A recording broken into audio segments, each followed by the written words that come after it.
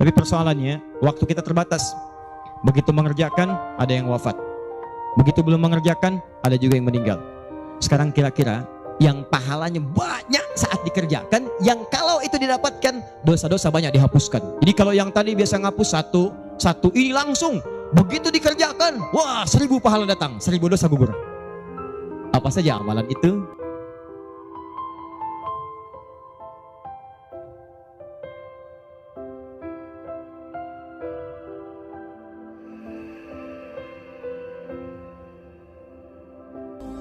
Saya tuh suka merenung gitu, bertafakur, lihat-lihat ayat. Ya Allah, Nabi Adam kesalahan dikit, keluar dari surga. Ini saya dosa banyak, pengen masuk. Gimana caranya? Maka kita harus mencari amalan yang sekiranya dengan amalan itu akan cepat menggugurkan dosa-dosa kita. Karena yang paling bahaya adalah kita tidak mengerti berapa banyak dosa sudah dikumpulkan. Contoh, ini dosa mata aja di hari ini udah berapa banyak? Saya tanya pada antum, apa fungsi mata? Tuh, sudah salah. Mata bukan melihat, kalau cuma melihat, kambing juga melihat. Elang melihat. Bahkan mata elang sering saya katakan lebih tajam dibanding mata kita. Elang tuh naik sampai ke atas tinggi lewatin gunung. Anak ayam kelihatan. Antum naik pesawat sampai ke atas, anak sendiri gak kelihatan. Gak percaya, besok silahkan cek aja naik. Tapi persoalannya mata kita dihisap, mata elang enggak. Buka Quran surah ke-17 ayat 36, paling kanan sebelah bawah. Wala taqfu ma laysa laka bihi ilmun innas sam'a wal basara wal fuada kullu ulaika kana anhu mas'ula. Hati-hati kata Allah, jangan mengikuti sesuatu yang belum kita tahu, karena semua unsur sumber pengetahuan akan ditanya. Telinga akan ditanya, mata akan ditanya. Maaf, hati kita, pikiran kita akan ditanya. Karena ternyata, maaf, banyak dosa dikumpulkan lewat sumber-sumber informasi ini. Mata kata Allah, laki-laki, Quran surah 24 ayat 30, perempuan ayat 31. Katakan pada laki-laki yang beriman, kullil mu'minina yaghuddu min absarihim. Katakan pada pria-pria beriman, mata kalian hanya boleh dipakai untuk yang baik-baik saja. Yang tidak baik, palingkan. Dikala Allah nggak suka, kata Allah, palingkan. Berarti kalau Anda melihat sesuatu yang tidak disukai Allah, tercatat dosa di situ. Sekarang coba perhatikan, berapa banyak dalam kehidupan baru bangun dah salah lihat. Astagfirullah, bangun lihat handphone, begitu dibuka cek status WhatsApp. Begitu yang dilihat siapa? Profil istri orang. Ada muncul gambar iklan, gambar-gambar yang buruk, konten yang tidak bagus. Berapa kali antum melihat status di media sosial dengan gambar-gambar yang tidak baik? Hari ini aja udah berapa kali tuh? Itu baru mata. Itu baru mata. Dan yang paling celaka, gambar itu kadang-kadang antum simpan di handphone, dimasukkan ke saku, dibawa sholat. Coba ketika antum sholat tuh, bawa handphone antum, terkumpul berapa banyak yang kotor di situ? Gambar-gambar yang tidak bagus, konten yang buruk dimasukin. Saat yang bersamaan enak aja antum minta kepada Allah, Rabbighfirli warhamni wajburni warfa'ni warzuqni. Gimana Allah memberikan rezeki kepada antum sedangkan antum datang dengan kotoran? Antum mau menghadap orang penting di dunia, datang ke tempatnya sepatu kotor, baju kotor, nginjak karpet rumahnya sengaja lagi. Apa antum diberi? Kalla. Belum masuk dah disuruh keluar. Antum datang menghadap kepada Allah dengan kotoran melekat di dalam diri, bahkan dimasukin ke sakunya, minta, ya Allah sayangi saya. Bagaimana aku bisa menyayangimu kalau kamu datang dengan maksiat yang berlumur dan tidak kamu keluarkan dari dalam dirimu? Pikiran. Tadi aja tuh sebelum taklim dimulai, berapa kali prasangkanya keliru. Ini ustadznya mana sih ya? Ini panitia bagaimana sih? Sudah datang jam 5 sampai sekarang belum ada ustadznya. Ayo. Itu baru pikiran. Diterakumulasi itu dari ujung kepala sampai dengan ujung kaki. Lisan, saya tidak Ustadz, tidak seperti itu, bagus. Tidak seperti orang itu tuh, dari tadi begitu aja Ustadz, itu sama. Jadi Anda bayangkan, semua unsur tubuh kita dari ujung kepala sampai ujung kaki, berapa banyak yang berbuat maksiat. Maka terakumulasilah dosa itu. Kadang-kadang lebih banyak daripada amal solehnya. Banyak. Seperti tangan tadi diangkat. Pertanyaan saya, di sini inti bahasan kita.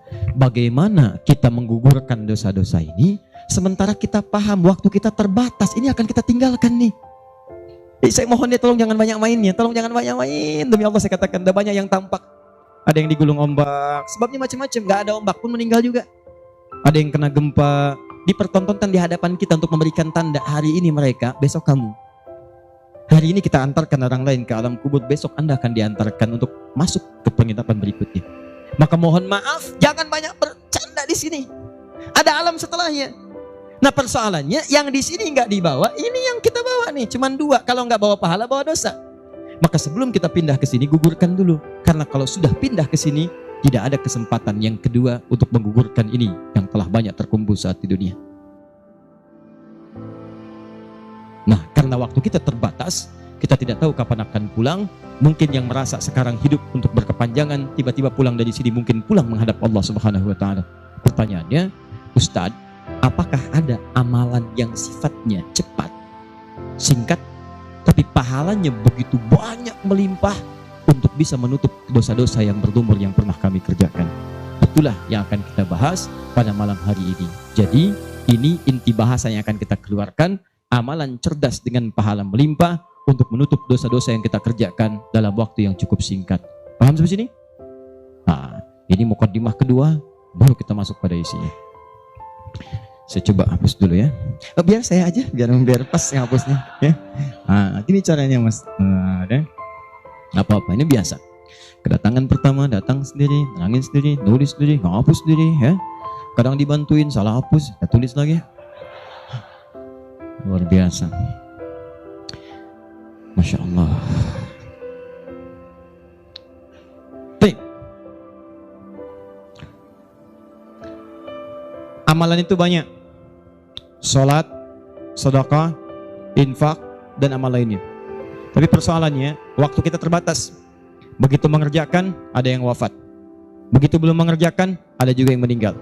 Sekarang kira-kira yang pahalanya banyak saat dikerjakan, yang kalau itu didapatkan, dosa-dosa banyak dihapuskan. Jadi kalau yang tadi biasa ngapus satu, ini langsung begitu dikerjakan, wah 1000 pahala datang, 1000 dosa gugur. Apa saja amalan itu? Kita mulai. 1.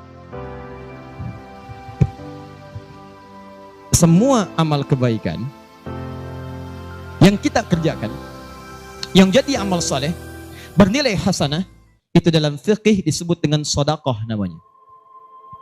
Ya, saya kasih konsepnya dulu supaya paham. Kullu ma'rufin sedekah. Setiap perbuatan baik itu namanya sedekah. Di nama umumnya sedekah. Salat sedekah, zakat sedekah, infak sedekah. Bahkan bahasa Al-Qur'an disebut juga dengan sedekah. Contoh. Zakat ketika disebutkan dalam Al-Qur'an namanya sedekah. Ya, Quran surah ke-9 ayat 103. Khudz min amwalihim sedekah. Ambil zakat dari harta mereka, tapi disebutnya dengan sedekah. Ya, dikeluarkan pada 8 golongan sedekah. Ayat ke-60-nya, innamas shadaqatu lil fuqara. Infak sedekah. Buka Quran surah kedua ayat 264, paling kiri sebelah bawah. Ya ayyuhalladzina amanu la tubtilu shadaqatikum bil manni wal adha. Jangan kalian batalkan sedekah-sedekah kalian dengan perbuatan yang merusak. Apa contohnya? Kalladzi yunfiqu malahu ria'an nas, seperti orang infak yang riya. Jadi infak disebut dengan sedekah. Di semua perbuatan baik kita, salat kah, haji kah, umrah kah, puasa kah, semua namanya sedekah dalam fikih. Nah, sedekah ini kemudian oleh Nabi dibagi kepada 2 bagian. Ya. 1, ada sedekah yang saat dikerjakan itu pahalanya terus ngalir tuh. Terus mengalir. Bahkan dahsyatnya, maaf sekali, orangnya wafat pun tuh pahalanya terus datang sampai dengan kiamat. Di sepanjang di muka bumi ini belum kiamat, maka pahala akan terus datang, ngalir. Dalam bahasa Arab sesuatu yang mengalir disebut dengan jariyah. Maka muncul istilah sedekah jariyah. Sedekah jariyah. Ya, maaf, asalnya bukan amal jariyah, sedekah jariyah.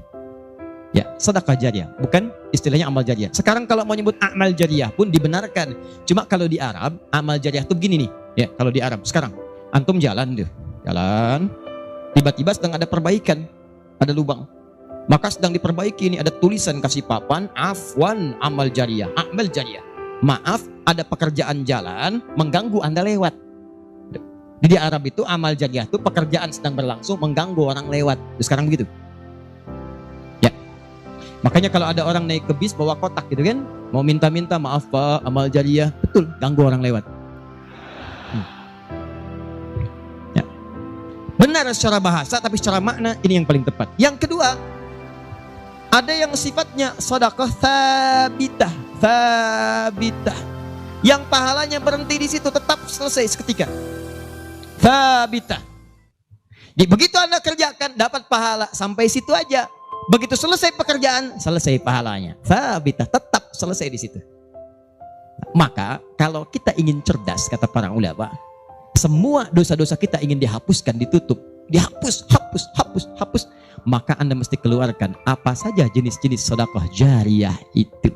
Supaya ketika selesai kita kerjakan, pahalanya tetap mengalir untuk menutup dosa-dosa kita. Maka kita akan fokus kepada amalan-amalan yang ini, yang saat dikerjakan pahalanya terus mengalir. Tapi jangan lupa, hati-hati, yang ini pun dibagi dua lagi. Awas, pelan-pelan.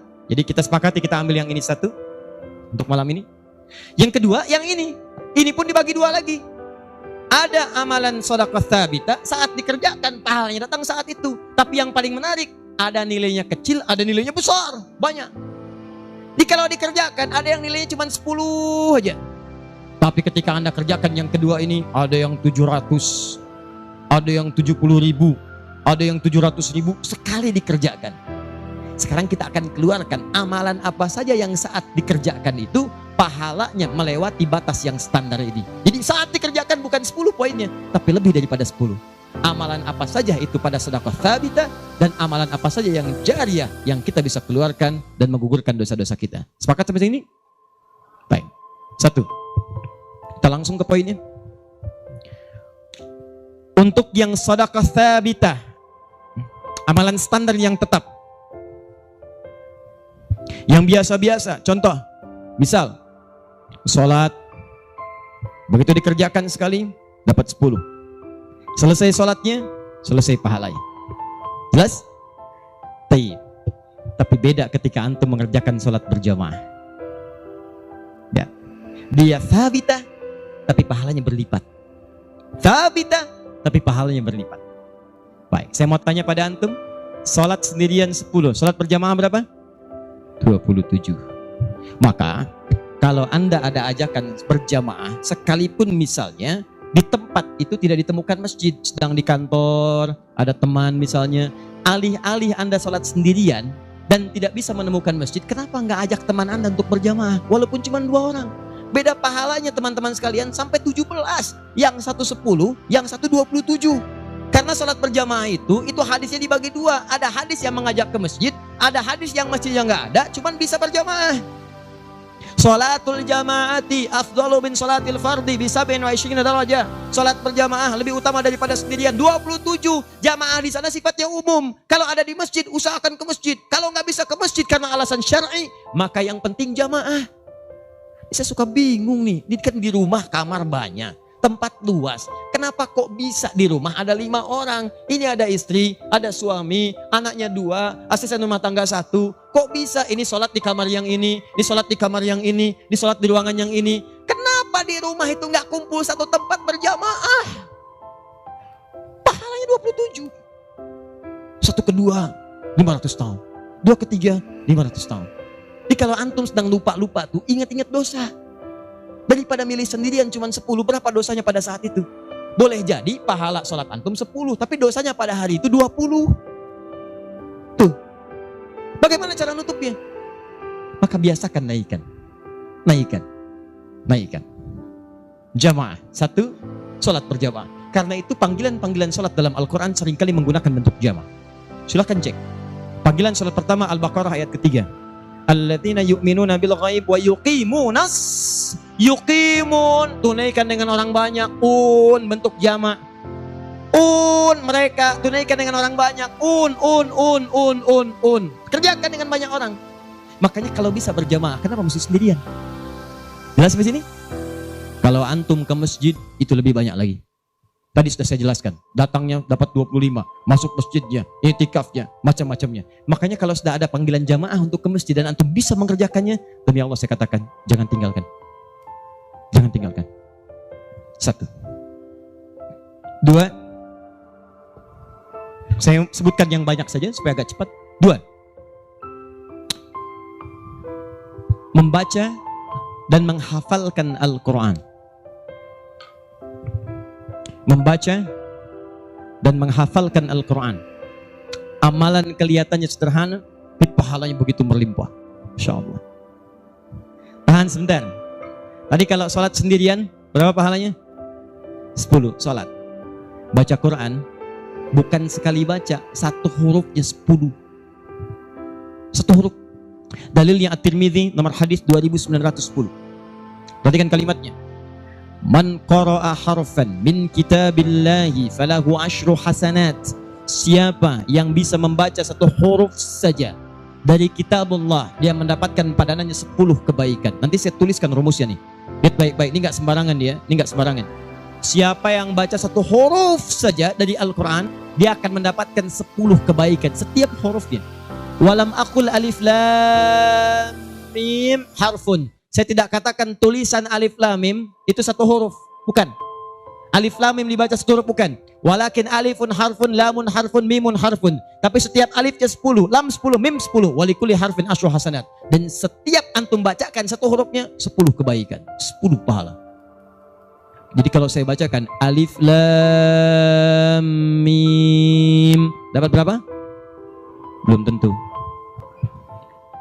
Belum tentu. Lihat sini, saya tunjukkan cara bacanya.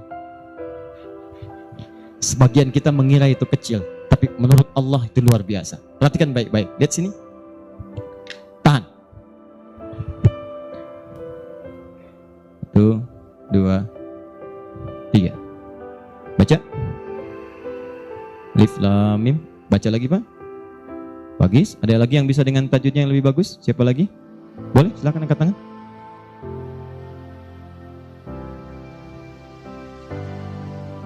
Baik sekali. Ada yang lain? Ya.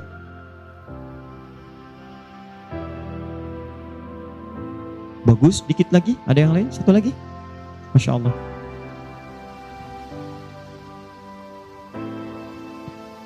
Bagus sekali. Cuman sayang ini bukan alif lam mim, ini alam. Alam nasyrah laka sadrak.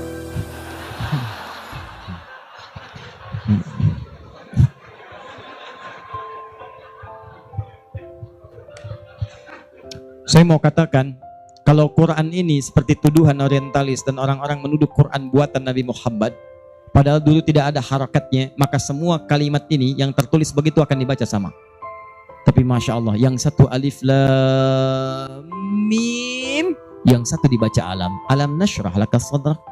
Alam tara kaifa fa'ala rabbuka bi ashabil fil. Tapi tiga-tiganya memiliki kesamaan dalam bentuk tulisan. Perhatikan baik-baik. 1, 2, 3. Kata Nabi, lihat. Jangan katakan alif lam mim satu huruf, tapi alifnya 1, lamnya 1, mimnya 1. Walikuli harfin asyru hasanat. Setiap hurufnya 10 kebaikan. Jadi kalau saya bacakan alif lam mim, ada berapa huruf? Kalau hitungan kita biasa, maka kita akan lihat 1, 2, 3. Tapi kalau antum belajar ilmu arud itu diantaranya ilmu salah satu ya, untuk bisa menuliskan apa yang diucapkan, bukan apa yang tertuliskan lewat simbol. Dan itulah teman-teman sekalian menjadi ukuran banyaknya pahala yang kita dapatkan. Tahan.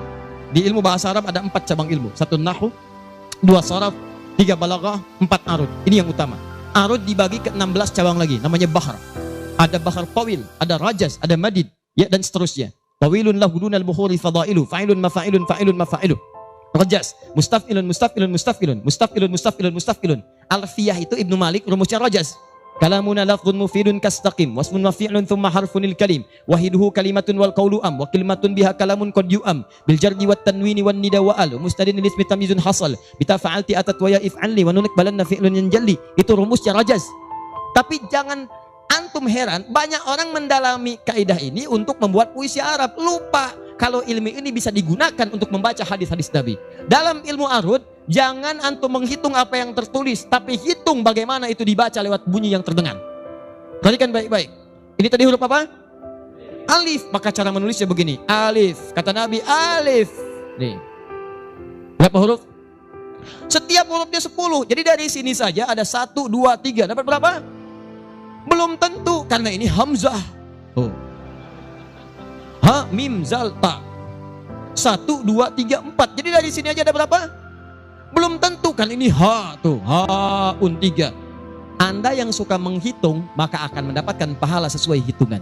Anda yang berniat ikhlas karena Allah, maka Anda akan mendapatkan lebih daripada apa yang Anda hitung. Rumus ini ditemukan di Quran surah kedua ayat 261. Paling kiri sudah atas.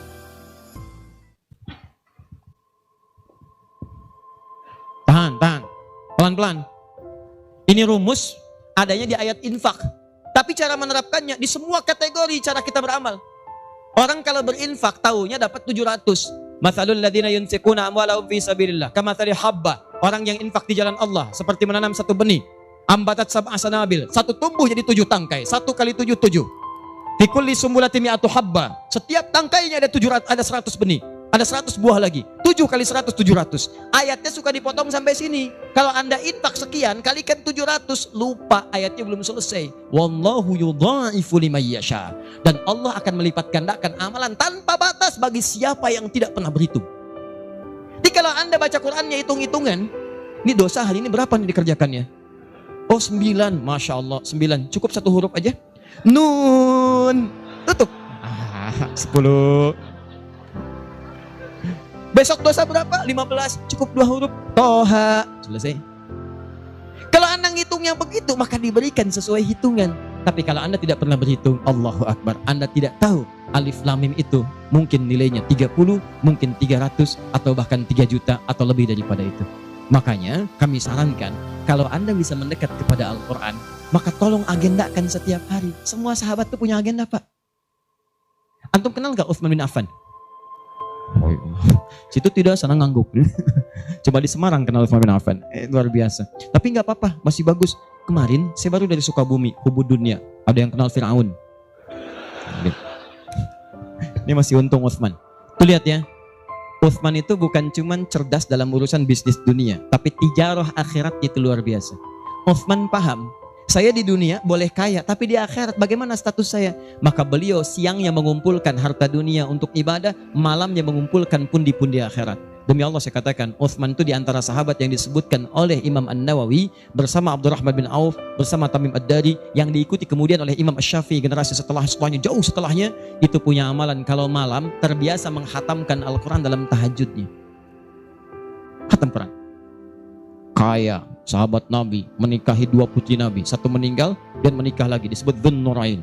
Kayanya luar biasa, asetnya setelah 15 abad sampai sekarang masih ada. Yang hebat, siang-siang jadi orang kaya, malam-malam jadi hamba yang sangat taat dan kaya akhirat. Coba bandingkan dengan kita sekarang. Menantu Nabi bukan. Kaya gak sekaya Utsman. Tuh, status dunia belum sempurna. Status akhirat masih belum maksimal. Ya antum sebetulnya maunya apa? Utsman sholat malam ngikut Nabi, kaki bengkak. Antum pengen ke surga Firdaus malam, mata bengkak. Ya. Ini nih. Ayo update, Ustadz, tapi kan saya belum lancar. Tambahkan hadisnya, lipatkan nomor hadis 2920. Awas, lihat kalimatnya. Walladzi yatata'ta wa huwa 'alaihi syaq falahu ajran.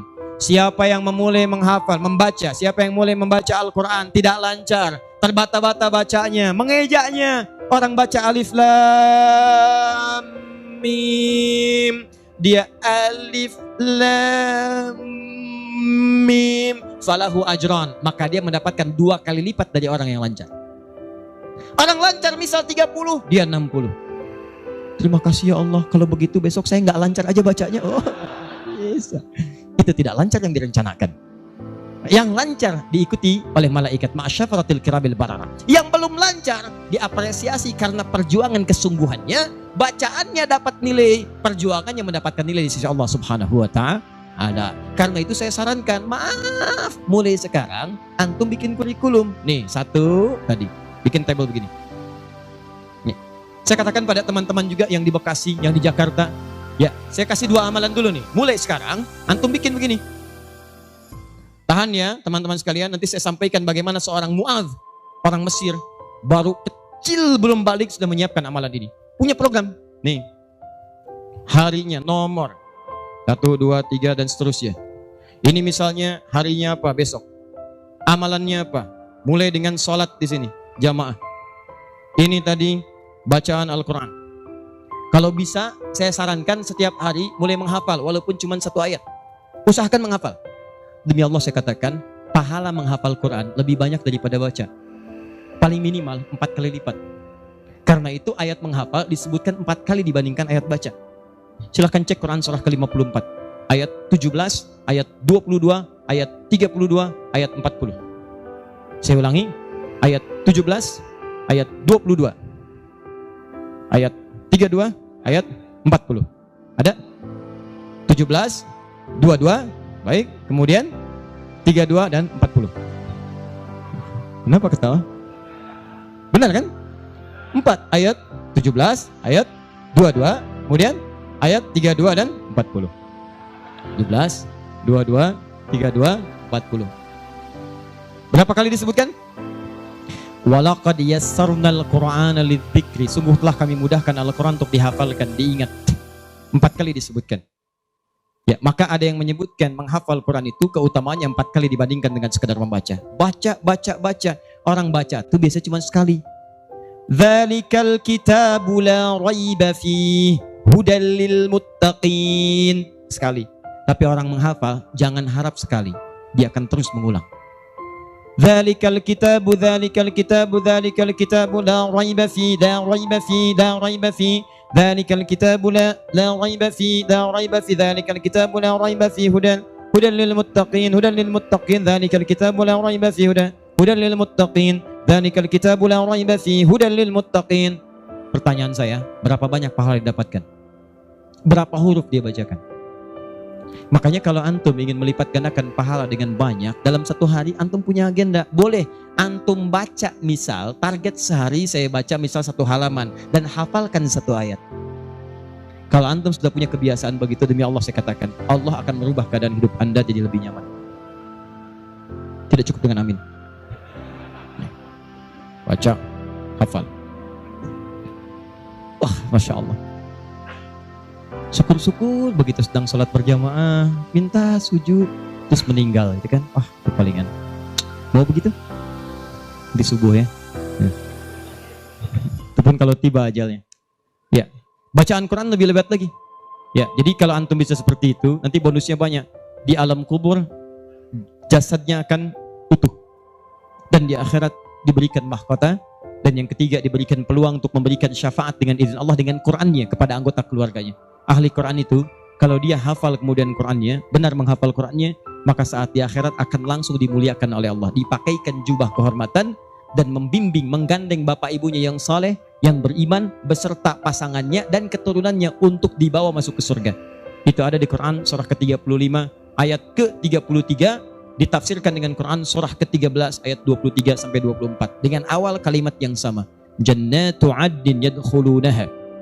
Ada para penghafal Quran masuk surga Aden di Quran surah 35 ayat ke-33. Jadi masuknya dari surga Aden menuju tingkat surga yang paling tinggi. Tertingginya apa? Banyak. Nanti ada dengan para nabi, ada orang yang sesurga dengan para nabi di Quran surah ke-4 ayat ke-69. Ya. Wa may yuti'illaha wa rasul fa ulaika ma'al ladzina an'ama Allahu 'alaihim minan nabiyyin. Ada orang-orang yang masuk surga, orang taat kepada Allah dan Rasul, taat sekali. Saat di surganya semua dengan Nabi, sesurga bersama semua Nabi. Jadi ada beberapa Nabi, ada semua Nabi. Kalau beberapa Nabi namanya Anbiya. Makanya di surah Al-Anbiya, surah ke-21, dikisahkan beberapa Nabi. Tapi kalau semua Nabi itu Nabiyin namanya. Dari Nabi Muhammad SAW sampai Nabi Adam, ada semua. Insya Allah. Muhammad SAW bin Abdullah, bin Abdul Muttalib, bin Hashim, bin Abdul Manaf, bin Qusay, bin Murrah, bin Kilab, bin Ka'ab, bin Ghalib, bin Fihir, bin Malik, bin Nadar, bin Kinana, bin Khuzaimah, bin Mudrika, bin Ilyas, bin Nizar, bin Mudar, bin Ma'ad, bin Adnan, bin Adi, bin Adri, bin Muqawwam, bin Nahur, bin Tari, bin Ya'rub, bin Yasub, bin Nabit, bin Ismail AS, bin Ibrahim AS, bin Azara, bin Nahur, bin Abir, bin Kinan, bin Al-Fakhshad, bin Sam, bin Nuh AS, bin Mikhlain, Matusyara, bin Kinan, bin Anbas, bin Tith, bin Adam AS. Kumpul semua. Jauh Nabi Ibrahim ke kanannya dari Sayyidah Sarah, muncul kemudian Ishak, dari Ishak Yakub, dari Yakub turun Yusuf, dari Yusuf terus sampai dengan ke Musa, ke Daud, ke Sulaiman dan seterusnya, muncul sampai ke Nabi Isa.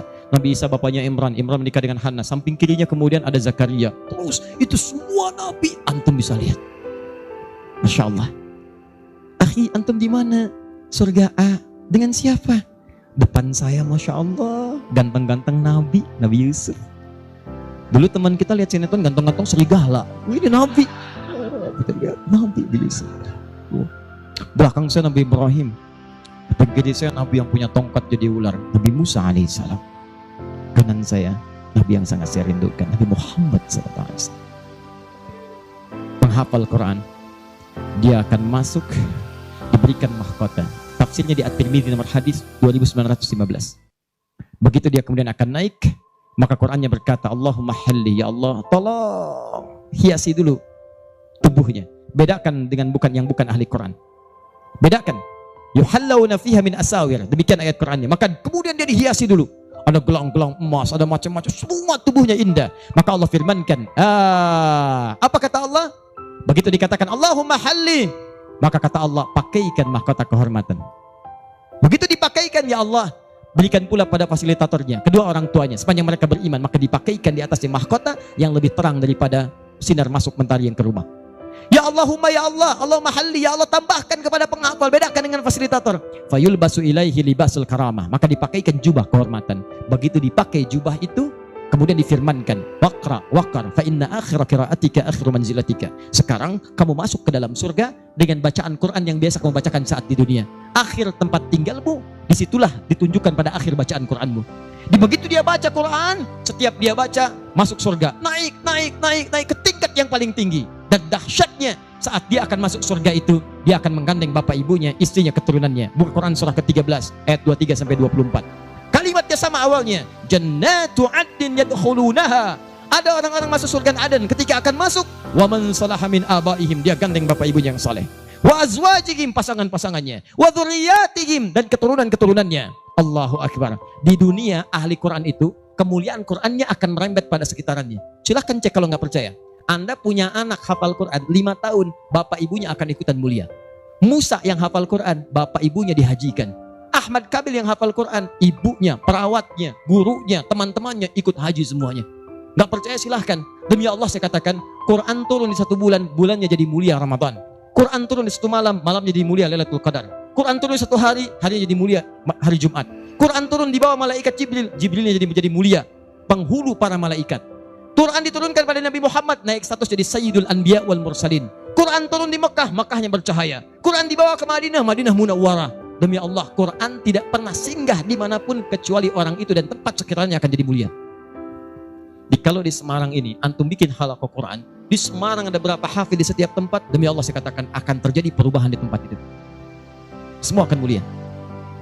Jadi begitu digandeng bapaknya, ibunya, wa azwajihim, pasangannya, wa dzurriyyatihim, anak-anaknya, cucunya masuk. Begitu masuk diparadakan, wal malaikatu yadkhuluna alaihim min kulli bab. Semua malaikat menyambut mereka di depan pintu surga, mengatakan salamun alaikum bima sabartum. Selamat, Anda telah sabar saat di dunia, menyiapkan bekal untuk pulang. Sabar menghafal Quran. Itulah yang disiapkan oleh Muadz. Anak usia 4 tahun, saat saya berada di Mesir. Anak ini masih dini, belum balik. Matanya kata orang buta, tapi hatinya begitu bersih. Dia bilang pada ayahnya, abati yuridul Quran. Pak, saya pengen jadi ahli Quran. Saya pengen menghafal. Kata bapaknya, tempatnya jauh, 20 kilo. Kamu ini punya keterbatasan. Gak apa-apa, saya pengen menghafal. Dia belum cerita kenapa dia mesti menghafal. Begitu bapaknya melihat tekadnya kuat, maka dari motor sederhananya dimodifikasi. Depannya dashboardnya diperbaiki, supaya bisa menyimpan catatan Quran, lembaran-lembaran mushaf. Jadi begitu berangkat tidak ingin ada waktu yang sia-sia. Di jalan, beliau kemudian di jalan kadang melihat ke bawah, bacakan Quran anaknya dengar, bacakan Quran anaknya dengar. Begitu sampai di tempat belajar, dia tinggal mendengarkan syekhnya, perbaiki, baca lagi, setoran, ulang. Yang paling menarik, setelah berapa lama anaknya hafal Quran yang tidak melihat diantar hafal Quran, bapaknya yang mengantar belum hafal.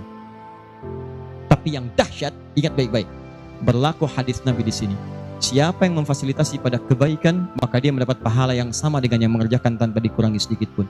Itulah hikmahnya dalam ilmu hadis. Kenapa setiap anak ketika meriwayatkan hadis, nama anaknya dihilangkan, nama bapaknya disebutkan. Antum pernah dengar Ibnu Abbas? Nama aslinya Abdullah. Kenapa Abdullahnya dicoret? Disebutkan Abbas bapaknya. Ibnu itu anak laki-laki, Abbas bapaknya, anaknya Abbas. Ibnu Umar, nama aslinya Abdullah. Abdullahnya dicoret, disebutkan bapaknya Umar. Kenapa disebutkan nama orang tua, nama anaknya dihilangkan? Para pakar hadis itu luar biasa untuk menunjukkan bahwa amalan anak ini hasil didikan orang tuanya. Yang begitu diamalkan hadis ini, bukan cuma anaknya, bapaknya pun dapat bagiannya. Abbas itu pengusaha, Abbas tuh pedagang, sibuk luar biasa, masih sempat mampir ke majelis Nabi. Cuman nggak selamanya bisa di situ karena ada kesibukan berbisnis.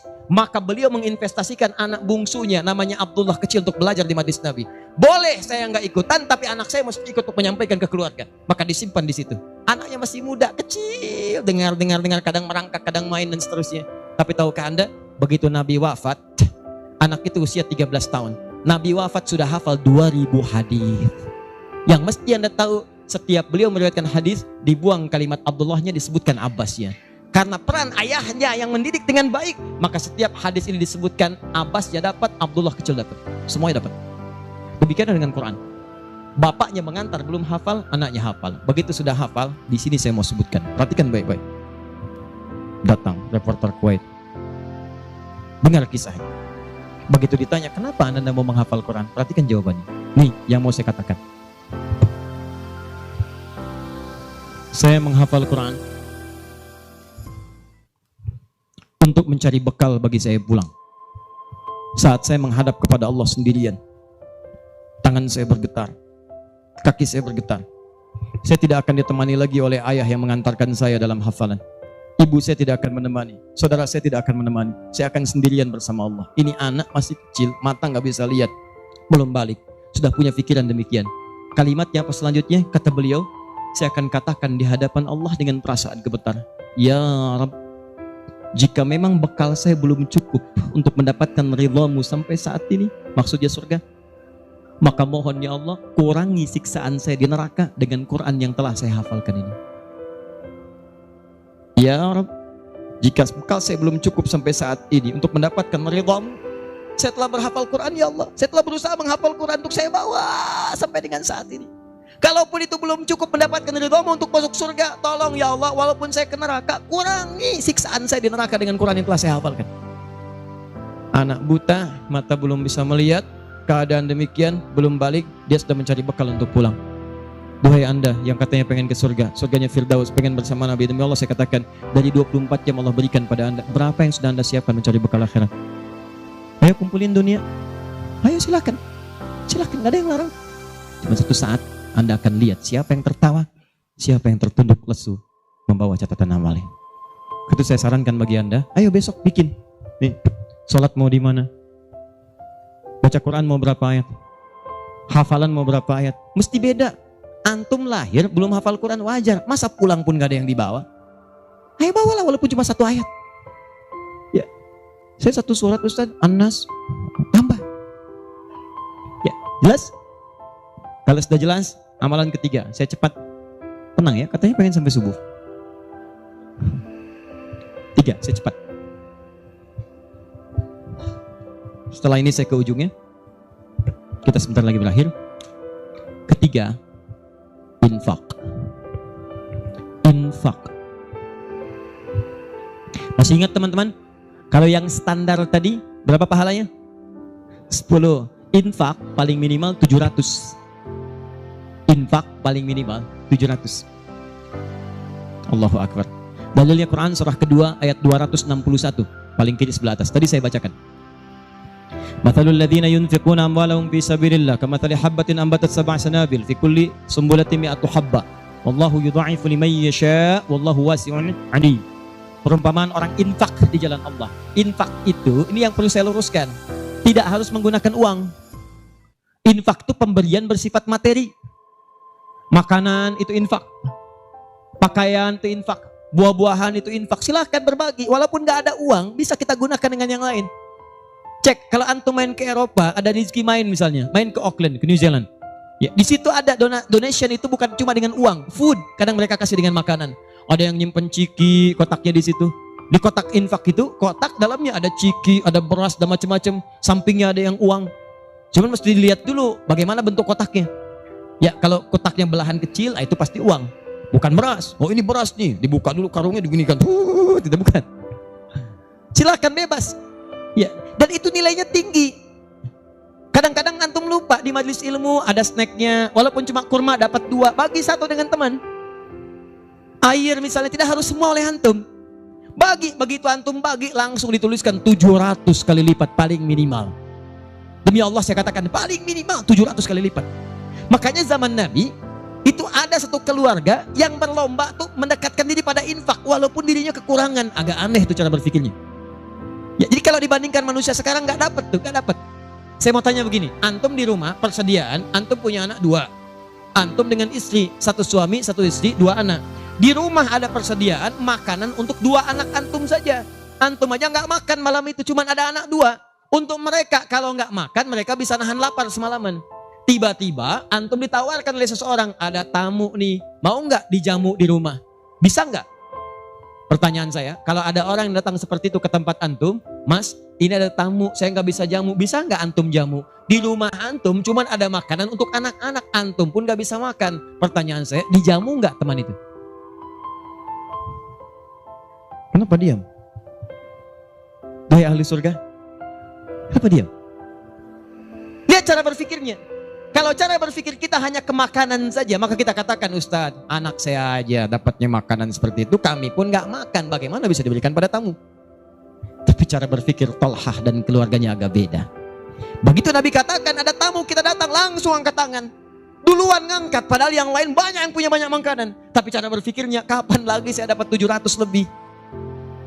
Kapan lagi saya dapat? Diangkat langsung tangannya. Ya Rasulullah, saya. Sebelum yang lain ngangkat, angkat tangannya. Maka diantar kemudian ke rumahnya. Sampai di rumah, istrinya dikatakan, duhai sayang, ada titipan Rasulullah. Bahasanya bukan ada tamu, ada titipan Rasulullah. Allahu Akbar. Ada titipan Rasulullah. Maka istrinya langsung membaca, saya paham. Saya bertugas menidurkan anak-anak dulu, tidurkan. Yang suaminya menyiapkan makanan. Begitu sudah jadi kata suaminya kepada tamu tadi, Anda silahkan makan di sini, saya temani dulu istri saya. Gak enak rasanya, meninggalkan sendirian. Begitu temannya makan, dia berpura-pura makan di bilik yang lain. Membunyikan bunyi-bunyi seakan-akan makan. Begitu sudah kenyang, tanpa mukaddimah yang lain langsung pamit. Terima kasih sudah menjamu saya, semoga Allah berikan pahala. Pamit malam itu juga. Begitu selesai pamit, subuh-subuhnya datang menghadap pada Rasulullah pagi-pagi. Apa yang terjadi? Turun ayat Quran surah 59 ayat 9 sampai 10 itu. Walladzina tabawwa'ud dar, sampai ke kalimat wa yu'thiruna ala anfusihim walau kana bihim khasasah. Tuh cara berpikirnya. Jadi kalau antum melihat peluang seperti ini, enak teman-teman sekalian, banyak sekali. Tidak harus uang, pakaian, makanan, macam-macam. Jadi kalau antum beli buah tuh, antum beli 5, di rumah ada 3 orang, berarti antum mesti sadar Allah titipkan yang 2 lagi untuk peluang infak antum. Bukan untuk antum habiskan semua. Kok bisa orangnya cuma 3, beli mangga 5? Siapa yang menggerakkan antum untuk beli 5 mangga? Orang cuma 3, berarti yang 2 lagi itu Allah gerakkan untuk mendapatkan pahala. Ada peluang di situ. Lu kepada siapa ya Rasulullah saya berikan? Kepada siapa ya Allah saya infakkan? Ini yang sering keliru. Kata Allah langsung turun. Fi sabilillah. Yang utama itu 5 dulu. 5. Kalau Anda temukan 5 ini, dia peluang infaknya sangat tinggi untuk diberikan. Siapa mereka ini? Ada di Quran surah kedua ayat 215. Paling kanan sebelah bawah. Yas'alunaka madza yunfikun. Mereka bertanya pada Muhammad SAW. Ya, awas, apa yang harus kami infakkan? Pada siapa? Maka turun jawaban, kul ma anfaqtum min khair. Katakan kalau mau infak mesti yang paling bagus. Ini kaidah pertama. Awas, ada peringatan di Al-Baqarah ayat 267. Wala tayammamul khabitha minhu tunfiqun walastum biakhidhihi illa an tughmidu fi. Jangan kamu infakkan pada orang lain yang kamu tidak suka. Melihatnya aja kamu enggak suka, dikasih orang. Antum punya uang 50.000 2, 1, wah masih keras, bagus, luar biasa. Masuk dompet enak dilihat. Yang kedua, wah sudah lecek. Dekil of the kumel, wah dilihat gak enak, baunya gak nyaman. Tiba-tiba ada orang lewat, Pak, sedekah Pak. Pertanyaan saya, maaf, mana yang antum berikan? Yang lecek atau yang bagus? Tuh. Ingat, kalau urusan zakat mal, berikan yang bagus. Zakat mal, pilih. Paham? 5 orang ini siapa? 1, lil walidain, orang tua. Ini orang tua ini gak pernah minta, jarang sekali. Cuman kita yang mesti paham. Kan sama, antum pun suka ngasih isyarat. Mama, mama, mama, mama. Oh mau makan, makan. Mama, mama, mama, mama. Boneka, boneka. Antum setelah dewasa mesti paham. Kadang-kadang orang tua tuh gak minta. Gak pengen nyusahin anaknya. Padahal orang tua udah susah. Melahirkan susah, mengandung juga susah, merawat susah, menyusui susah. Sudah dewasa pun antum masih susahin juga. Kapan antum berbaktinya? Kadang-kadang cuma nanya, nelpon apa kabar. Padahal di rumahnya itu Masya Allah lagi kurang beras. Beras kurang, listrik belum dibayar. Kirimkan, sebelum diminta kirimkan. Itu begitu antum kirimkan, demi Allah saya katakan. Di hadis Al-Bukhari, di kitab Al-Adabul Mufrad, bukan cuma mendapatkan lipatan pahala kalikan 700 lebih, tapi ridha Allah turun ke tempat antum pada saat itu. Kalau sudah turun, semua doa yang antum mintakan minimal akan dijawab pada saat itu. Itu rahasianya. Kalau dengan urusan orang tua itu udah gak usah mikir. Begitu mengatakan, nah gini-gini, tenang aja mah. Walaupun gak ada, katakan, insya Allah mah selesai. Insya Allah, berusaha antum.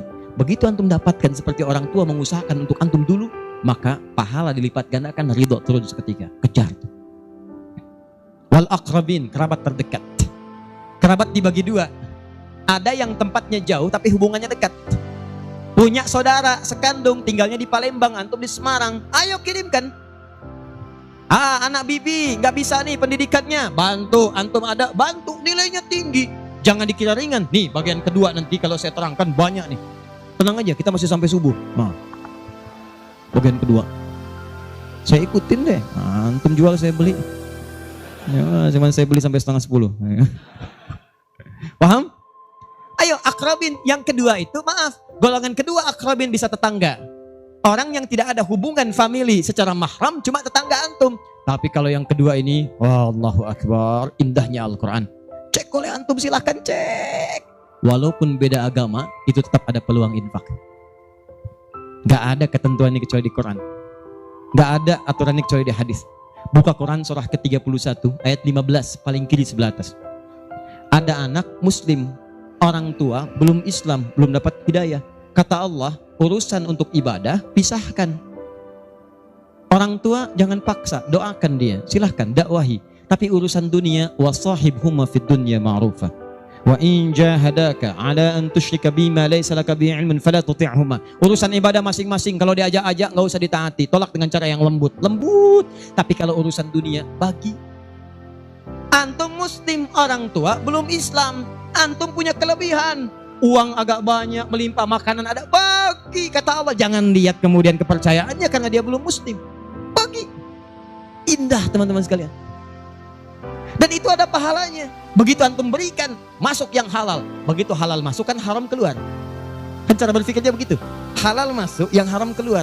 Begitu keluar, sekat di hatinya terbuka. Karena yang haram itu saat masuk di hadis Muslim, haram masuk naktah sauda, noda hitam. Noda menutup.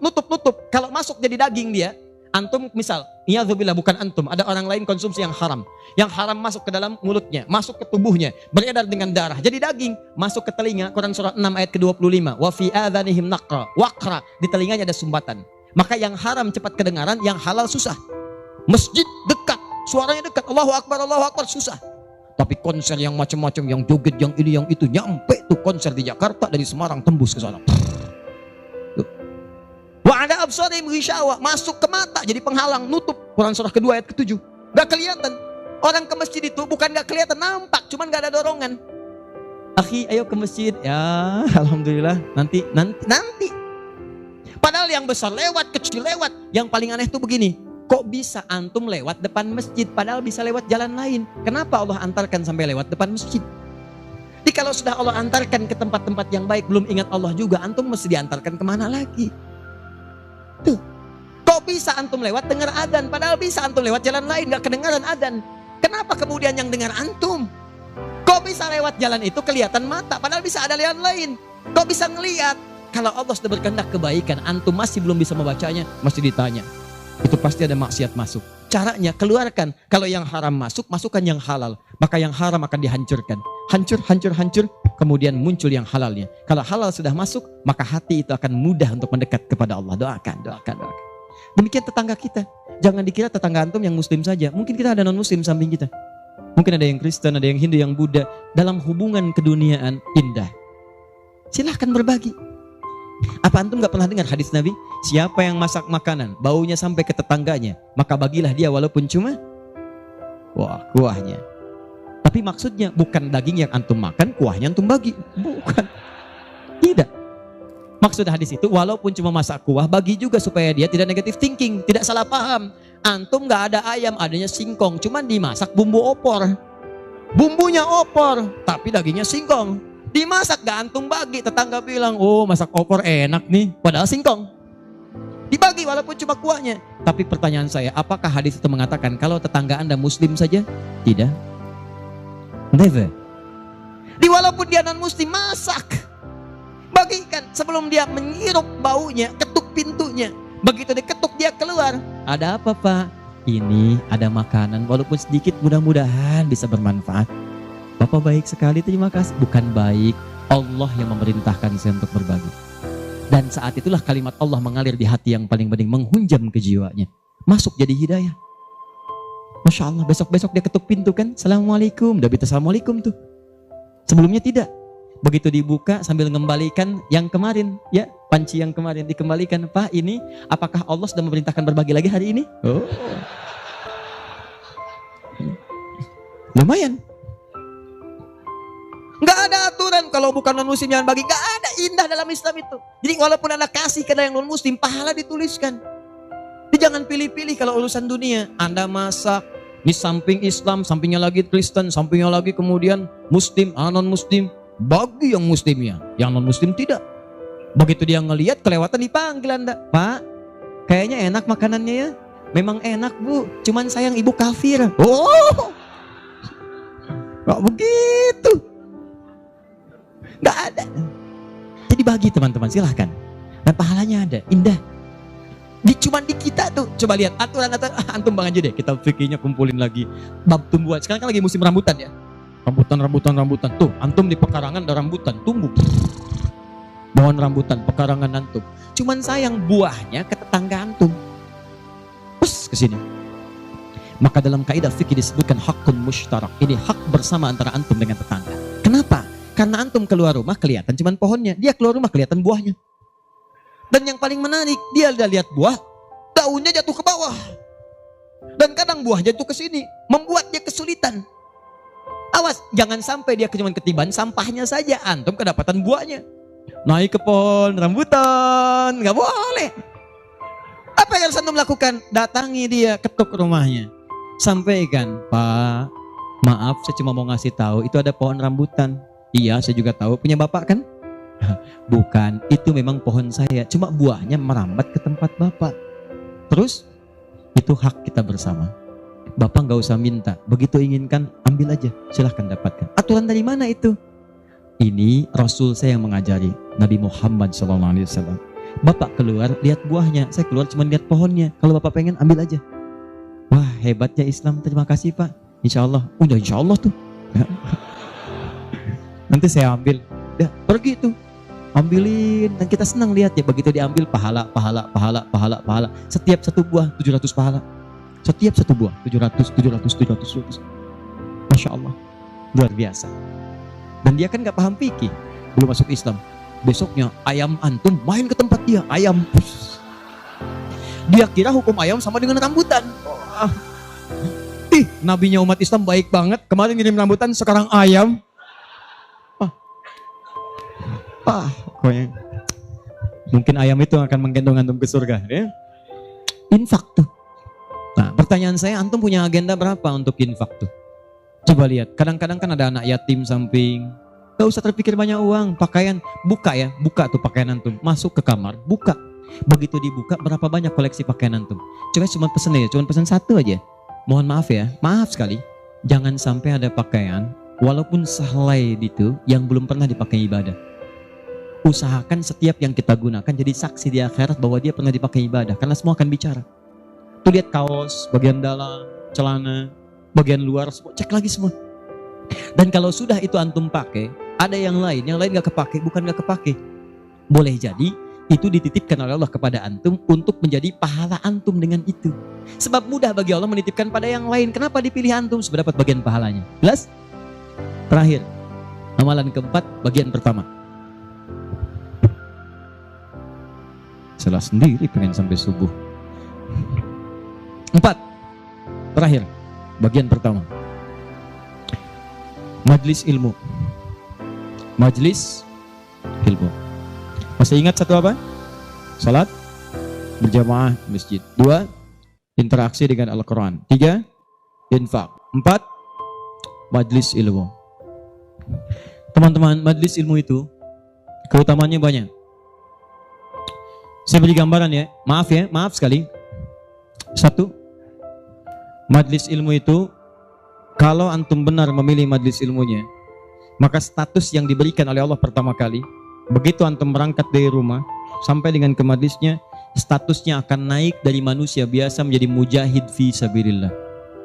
Itu langsung sama dengan orang yang berjuang ke medan perang. Ada majelis ilmu nih, antum datangi, begitu antum datang itu sama dengan orang berjuang ke medan perang. Statusnya jihad. Kalau meninggal antum di pertengahan, walaupun belum sampai ke situ, maka statusnya langsung syahid, pahala syahid. Pahalanya syahid. Majelis ilmu, satu, berpeluang mendapatkan pahala senilai jihad. Kedua, kalau wafat bisa syahid. Dalilnya Quran surah ke-9 ayat 122, paling kiri sebelah bawah di mushaf. Wa ma kana al-mu'minuna liyanfiru kaffah. Kenapa mesti semua orang beriman pergi ke medan perang semua? Saya akan turunkan satu amalan kata Allah yang kalau kamu amalkan ini, maka statusnya akan sama dengan orang yang berjuang di medan perang. Sama persis. Apa itu? Falaula nafara min kulli firqatin minhum ta'ifa liyatafaqahu fid din. Kenapa tidak ada sementara orang di antara mereka mau datang ke majelis ilmu untuk mempelajari tuntunan agamanya? Waliyunziru qaumahum idza raja'u ilaihim la'allahum yahdharun. Dan dia mencatat pelajaran-pelajaran itu dan dia bawa pulang, dia sampaikan pada keluarga yang tidak belajar. Perhatikan baik-baik. Ayat ini mengatakan, kata Imam Mustafa Al-Maraghi, ayat ini mengatakan bahwa menuntut ilmu itu nilainya sama dengan jihad fi sabilillah. Artinya kalau wafat penuntut ilmu maka statusnya syahid. Kalau syahid maka dosa berpeluang digugurkan, amalan naik. Itu seketika pahala bisa datang dan surga. Pernah dengar seorang yang pernah membunuh 100 orang? Begitu dia mau tobat, di mana dia diarahkan? Kata ulama pada saat itu, pergi kamu ke majelis sana, ke majelis ilmu. Disuruh ke majelis ilmu. Begitu dia berangkat di pertengahan jalannya, berangkat, meninggal di tengah jalan, meninggal. Statusnya dalam keadaan di tengah jalan ke majelis ilmu, dia bertobat kepada Allah, diterima tobatnya. Saat berangkat tuh meninggal di tengah-tengah, ada pahalanya. Apa yang terjadi? Surga. Surga, diampuni dosa, naik ke surga. Di sini turun kemuliaan yang ketiga, disebutkan di hadis Nabi, riwayat Ibnu Majah, nomor hadis 233.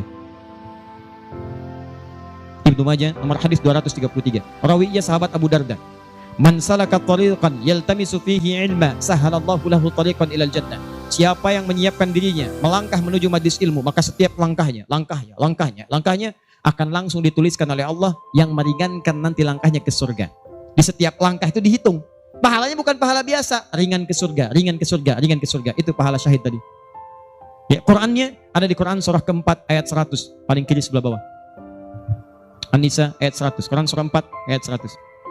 Di ujung ayat, wa may yakhruj min baitihi muhajiran ila Allahi war rasuli thumma yudrikul maut faqad waqa'a ajruhu 'ala Allah. Siapa yang berniat merubah dirinya, ingin lebih dekat dengan Allah dan Rasulnya, kemudian dia merubah diri. Bagaimana cara merubahnya? Ulama sepakat. Pertama, datang ke majelis ilmu. Supaya punya ilmu untuk merubah diri. Jangan langsung kerjakan amalan, tapi belum tahu ilmu. Ilmu qoblal amal. Antum beramal tanpa ilmu, celaka amalannya. Saya ingin berubah. Kemarin saya nggak pernah sholat. Saya pengen jadi hamba yang taat. Ya Allah, saya tobat. Besok saya akan sholat subuh 3 rakaat. Bisa. 2 ya 2. Paham ya? Jadi ini gambarannya. Kemudian pahala yang ketiga. Cepat. Setiap dia sudah sampai ke majelis ilmu, disebutkan oleh sahabat Ibnu Abbas radhiyallahu taala anhuma, dinukil oleh Syekh Muhammad Hashim bin Asy'ari di kitabnya Adabul Alim wal Muta'allim, bab yang pertama, paragraf yang kedua, paling kanan di pertengahan. Orang yang sudah masuk ke majelis ilmu maka pahalanya langsung dituliskan 700 kali lipat. Tanpa henti, naik terus diangkat. Dan itu berlangsung sampai diamalkan.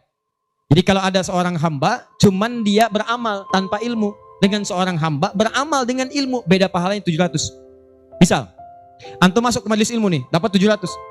Diajarkan tentang sholat, bab sholat diajarkan. Kalau anda mengangkat tangan setelah menghadap kiblat, hadisnya, misal disebutkan di hadis riwayat Abu Dawud nomor hadis 857, di Al-Bukhari disebutkan, anda saya angkat tanganmu bisa sejajar dengan bahu, ucapkan Allahu Akbar. Saat diucapkan rasakan, buang urusan semua dunia ke belakang, buang, jangan bawa dunia, hanya Allah yang paling akbar. Begitu antum tahu dalilnya seperti itu, caranya bagaimana, itu langsung dituliskan, baru takbir sudah mendapatkan 700 kali lipat.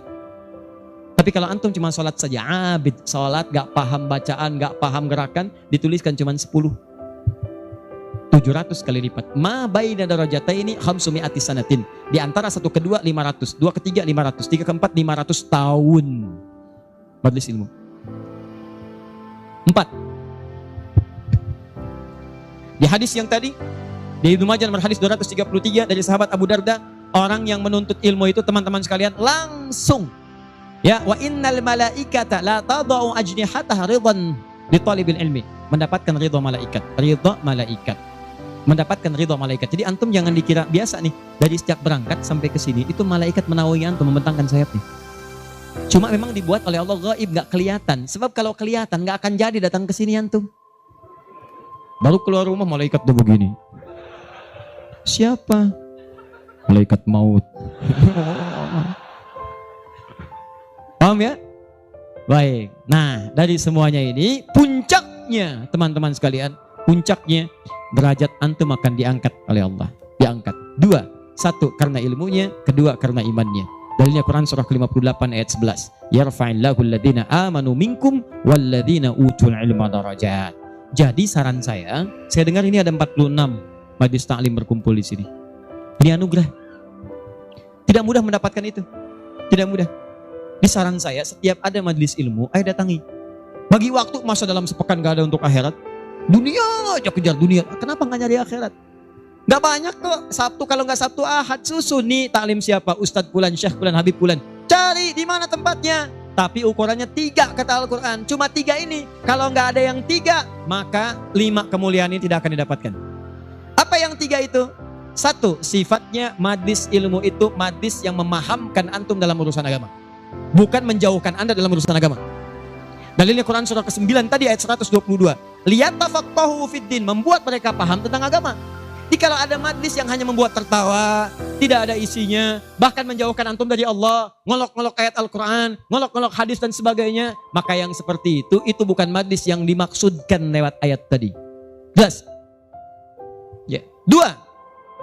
Syaratnya kata Allah, kalau antum ingin masuk majlis, statusnya disyahid, maka antum mesti berniat dengan benar saat masuk ke majlis ilmu untuk memahami itu dengan mencatatnya dan memahaminya. Di begitu antum paham, catat, bawa catatan itu untuk kembali sampaikan kepada orang-orang yang tidak belajar. Itu sekarang lebih mudah, share di media sosial. Antum sekarang dapat satu hadis, share. Begitu di-share ada daripada share yang tidak jelas. Bikin status. Semarang mendung aja bikin status. Hari ini Semarang mendung, emang kenapa? Apa dengan status antum akan berubah jadi cerah? Tidak ada. Sudah. Bikin yang bagus. Hadis kirimkan. Hadis Nabi SAW. Keutamaan bagi seorang pekerja. Keluarkan. Begitu antum share ke teman-teman antum pengusaha, mereka semangat semua. Semangat. Antum jangan lupa begitu diinjakan kaki bekerja karena Allah, setiap tapak itu pahala. Kirimkan ayatnya. Kawan-kawan, Quran surah keempat ayat 34. Berita gembira untuk kita. Niatkan yuk karena Allah. Begitu di-share, mereka lihat 10 orang meniatkan karena Allah. Antum dapat bagian pahalanya tanpa dikurangi sedikit. Kirim. Jelas? Nah, ini kalau gitu antum turunkan majlis ilmu mana di sekitaran Semarang, siapa ustadznya, siapa syekhnya yang bisa mengangkat iman, bukan cuma datang, bisa mengangkat ilmu. Ya, lihat. Ini saya sedikit detilkan nih. Maaf ya, sedikit aja. Saya sedikit detilkan. Mengangkat ilmu dan iman itu bersamaan disebutkan. Yarfa'illahu alladhina amanu minkum walladhina utul ilma darajat. Jadi kalau ada majlis imannya mengangkat tapi ilmunya tidak, maka ini pun belum seimbang. Atau ilmunya luas tapi iman gak terangkat, ini jadi masalah. Apa ciri orang terangkat imannya? Maka dia gemar menunaikan amal soleh. Maka jika anda menemukan majlis-majlis mendorong anda mengerjakan amal soleh, ikuti majlis itu. Dan saya katakan pada anda, kalau materi saya tidak membuat anda dekat dengan Allah, membuat anda terbuat untuk beramal soleh, tinggalkan saya. Cari ustadz yang lebih baik. Saya bukan ustadz seperti yang disyarat melalui Al-Quran. Cari majlis lain. Tapi cari ustadz-ustadz yang membuat anda dekat dengan Allah. Cari. Kedua, ilmu anda meningkat. Ilmu meningkat itu apa cirinya? 2 cirinya. 1, dengan ilmu itu memudahkan anda ibadah. Misal, sholat. Belajar sampai paham bacaan dan gerakan sholat. Supaya mudah ibadahnya, khusyuknya dapat. Ini kan ada sindiran di Quran, kata Allah. Banyak orang sholat gak paham bacaan dan gerakan sholat. Ayo jujur, katakan pada diri sendiri. Sampai sekarang malam ini, berapa persen bacaan sholat yang antum pahami? Jangan-jangan anda sholat tapi gak ngerti yang dibaca. Bagaimana bisa khusyuk? Ruku gak ngerti, sujud gak paham, bagaimana bisa khusyuk sholatnya? Antum minta rezeki, isa aja 4 kali, warzukni, minta rezeki. Habis sholat minta lagi, ya Allah mohon berikan aku rezeki. Yang tadi apa saat sholat? Warzukni. Ya bagaimana kita bisa mengerti apa yang diucapkan kalau kita tidak belajar? Makanya cari. Nah, mengerti itu bahasanya paham, fikih. Makanya ada kitab sholat namanya fikih sholat, fikih umroh, fikih haji. Belajar sampai paham. Tuh lihat berapa banyak sekarang yang umrah, tapi nggak paham yang dikerjakan. Putar. Sekarang kadang suka sedih itu. Apalagi banyak yang ria. Ria itu kan menggugurkan amalan. Begitu disampaikan, habis amal. Ini ada yang jual kebun, jual tanah, nyampe sana nggak ada nilainya. Sekarang orang aja tawaf sampai live. Subhanallah, alhamdulillah. Kelihatan di sana, kelihatan. Pindah kiri, la ilaha illallah akbar. Tuh, kenapa nggak dipahami? Dan tawaf itu indah. Kalau antum benar tawafnya, dijanjikan oleh Allah doa apapun seketika dikabulkan. Itu rahasianya di Quran surah 19 ayat ke-47 sampai dengan 49. Ada rahasianya. Makanya kenapa dari Hajar Aswad ke Maqam Ibrahim? Itu doa intinya. Subhanallah, alhamdulillah, wala ilaha illallah, Allahu akbar. Dari Maqam Ibrahim sampai Rukun Yamani bebas mau pakai bahasa apapun. Nanti dari Rukun Yamani pakai dengan Hajar Aswad, kenapa menggunakan Rabbana atina fid dunya hasanah? Itu ada maknanya. Bebas antum. Mau pakai bahasa Indonesia juga silakan. Mau pakai bahasa Jepang, bahasa Sunda, bahasa Jawa, bebas silahkan. Minta. Kadang kasihan, minta enggak, yang dibaca enggak paham dan sebagainya. Ada tuh dulu waktu saya tugas di Saudi 2010. Ini hebat walaupun tidak harus ditiru begitu caranya, tapi dia benar. Dia minta dengan bahasanya. Di multazam dia mohon, ya Allah, hamba mohon ya Allah, hamba datang ke sini minta, enggak banyak, cuman minta berikan jodoh. Hamba belum menikah ya Allah, mohon karuniakan jodoh terbaik. Depan Ka'bah di multazam. Tiba-tiba datang perempuan tinggi, putih, hidungnya mancung. Langsung ditunjuk, kasih contoh. Kayak gini ya Allah. Saya beneran tuh, gak bercanda. Tapi apa yang terjadi? Karena dia minta yang dibutuhkan. Dia paham apa yang dibacakan. Dikabulkan oleh Allah. Pulang nikah. Walaupun bukan dengan yang tadi. Penikah. Ada lagi yang lain gelantungan di multazam. Langsung mengatakan, ya Allah, hamba datang ini banyak hutang. Engkau pasti tahu hamba ya Allah. Engkau mengerti hamba, kesini pun nambang hutang. Kalau tidak percaya, ini catatannya ya Allah. Benar. Dipulang lunas gitu kan. Nah, dia ngerti yang dibaca. Kadang-kadang kita kerjakan sesuatu yang kita pahami. Makanya yuk ngaji sampai paham. Enak kalau sudah begitu. Begitu Anda memahami sesuatu, nah ilmu naik. Kalau orang paham, itu ciri yang pertama, dibawa ke ibadah mudah. Yang kedua, perluaskan wawasan. Karena dalam fikih itu ada hal-hal tertentu yang menjadi kemudahan. Bukan harus itu saja yang dikerjakan. Babnya dalam fikih. Fikihnya nanti dalam kajian madhab. Madhab itu ada muqarin, turunannya ada pilihan. Pilihan-pilihan itu membuat kita lebih mudah. Ada yang tanpa pilihan, satu dalil, satu contoh. Itu artinya semua dipandang bisa. Contoh, angkat tangannya, begitu ngangkat tangan langsung letakkan yang telapak kanan di punggung yang kiri. Angkat Abu Daud misalnya. Begitu Anda angkat fawadha yadahul yumna alal yusra, letakkan yang kanan telapaknya di punggung yang kiri. Antara mengangkat dengan meletakkan pakai fa, harfu atfin rabitin baina syai'aini bila hudud. Paham? Harfu atfin huruf sambung, rabitin yang mengikat baina syai'aini antara dua hal. Pekerjaan pertama dengan yang kedua bila hudud tanpa jeda. Pertama mengangkat tangan, kedua meletakkan. Antara mengangkat dengan meletakkan tanpa jeda. Angkat langsung letakkan. Letakkan yang telapak kanan di punggung yang kiri, letakkan, selesai. Ini satu dalil, satu contoh. Nah kalau sudah satu dalil, satu contoh, kita nggak usah kreatif. Misal, tapi saya tidak bermaksud menyalahkan ya. Kalau ada silahkan dapatkan dalilnya, sampaikan dan saya pelajari. Angkat misalnya, letakkan langsung. Gak enak Ustaz. Masa kiri duluan? Kanan kan bagus, kiri kan kurang bagus. Kenapa nggak kanan dulu baru kemudian masuk kiri? Jadi angkat Allah, masuk kanan, kiri, baru begini. Kadang-kadang kaki naik dikit. Ya, angkat. Nah ini yang seperti ini kalau saya prinsipnya kalau belum menemukan dalilnya maka cukupkan pada itu saja. Makanya cuma satu dalilnya. Silahkan cek di kitab hadis palsu pun saking palsunya tidak akan ditemukan. Dan kabar gembira, pemalsu hadis pun tidak tertarik memasukkan hadis ini saking jelasnya. Jelas. Silahkan cari. Saya pernah lihat di koleksi kitab hadis ada 1.235 kitab hadis. Cari nggak ketemu. Saking jelasnya gitu kan. Ya ini satu. Tapi kalau ada pilihan itu artinya maaf umat itu dipandang tidak semua bisa mengerjakan satu yang sama. Maka silakan pilih yang memudahkan antum. Misal dalam sujud. Ini antum mau sujud nih. Dari inti dalam sami Allahu liman hamidah. Akan sujud. Kan cuma dua caranya. Kalau tidak dengan lutut, dengan telapak tangan. Ayo yang pakai lutut siapa? Mau sujud pakai lutut dulu. Yang pakai telapak tangan? Yang nggak pakai lutut, nggak pakai telapak tangan, angkat tangan ayo. Nah ini dia. Ini saya serius nih. Di Bekasi pernah kejadian suami istri nggak tegur sapa semalaman gara-gara persoalan ini. Suami pulang dari kantor macet nyampe rumah lewat isya, yang ke masjid sholat di rumah, begitu sholat yang turun lutut duluan. Istri melihat, begitu selesai tanpa muqaddimah, istri langsung berkata, "Papa sholatnya tidak sesuai sunnah." Kenapa mah? Harusnya telapak tangan duluan bukan lutut. Papa menjawab, "Mama yang gak tahu hadis." Padahal dua-duanya gak tahu hadisnya.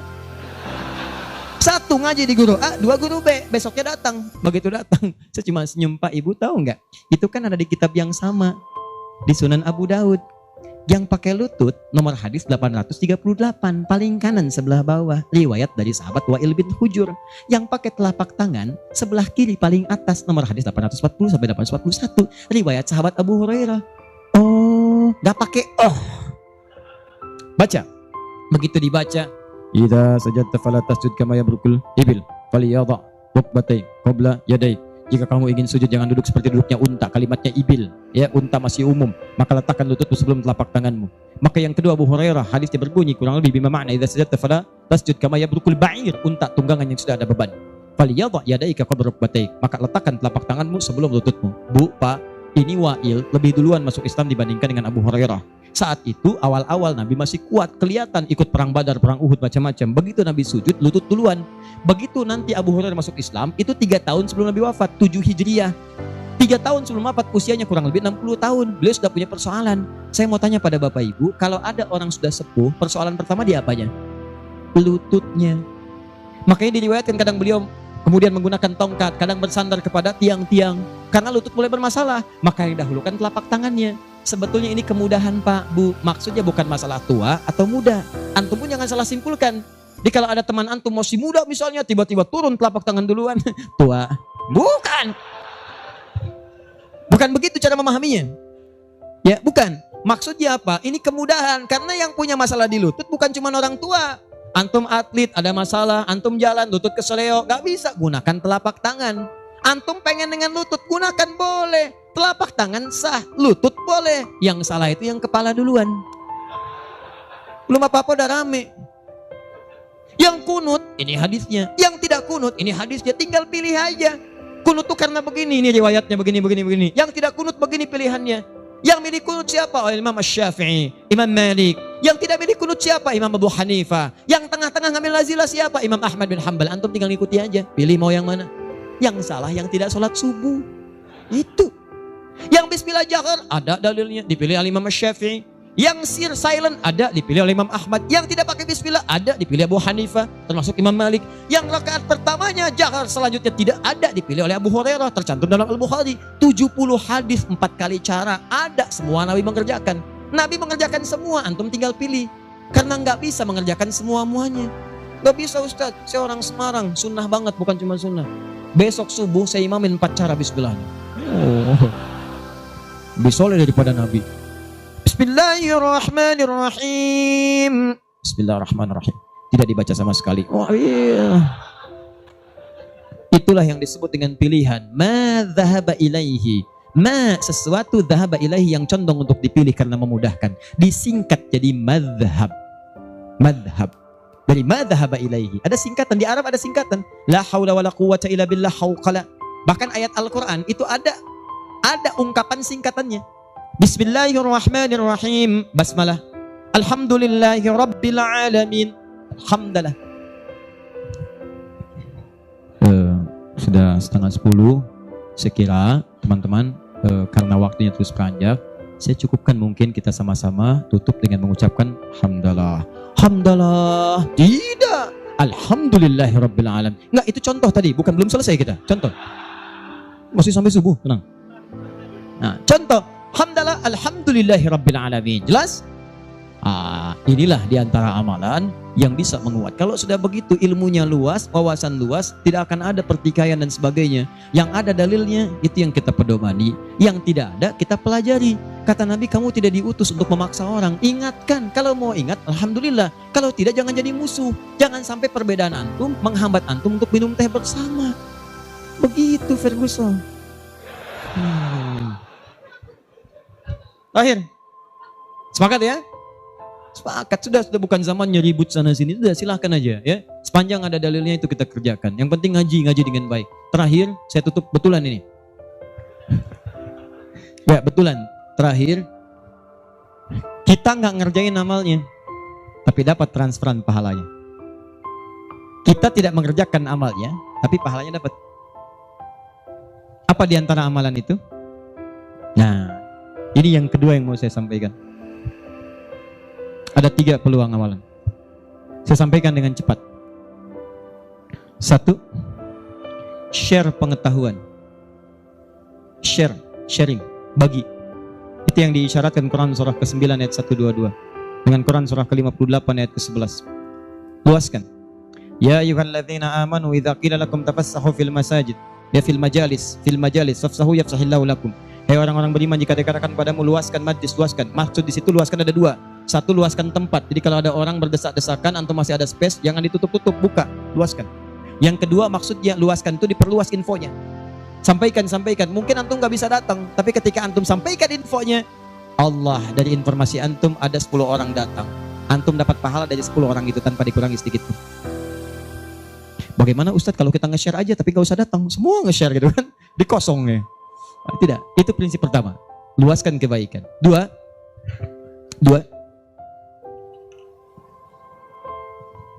berinfak dengan harta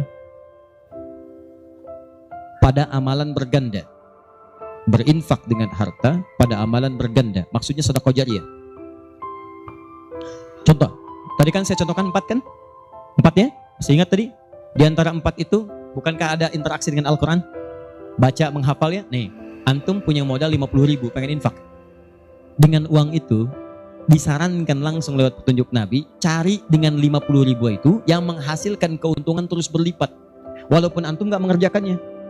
Saya beri contoh misalnya, berikan kepada orang yang tadi mengerjakan pahala berganda sedekah jariyah. Misal penghafal Quran. Ada orang punya 50.000 diberikan kepada orang dengan bentuk makanan. Yuk makan. Dimakan oleh orang itu, dia sholat. Begitu dia sholat dengan energi tadi, antum dapat pahalanya. Begitu energinya hilang, pahalanya selesai. Tapi antum belikan mushaf 50.000. Datang ke percetakan Habib Hasan. Saya cari mushaf Habib dengan harga 50.000.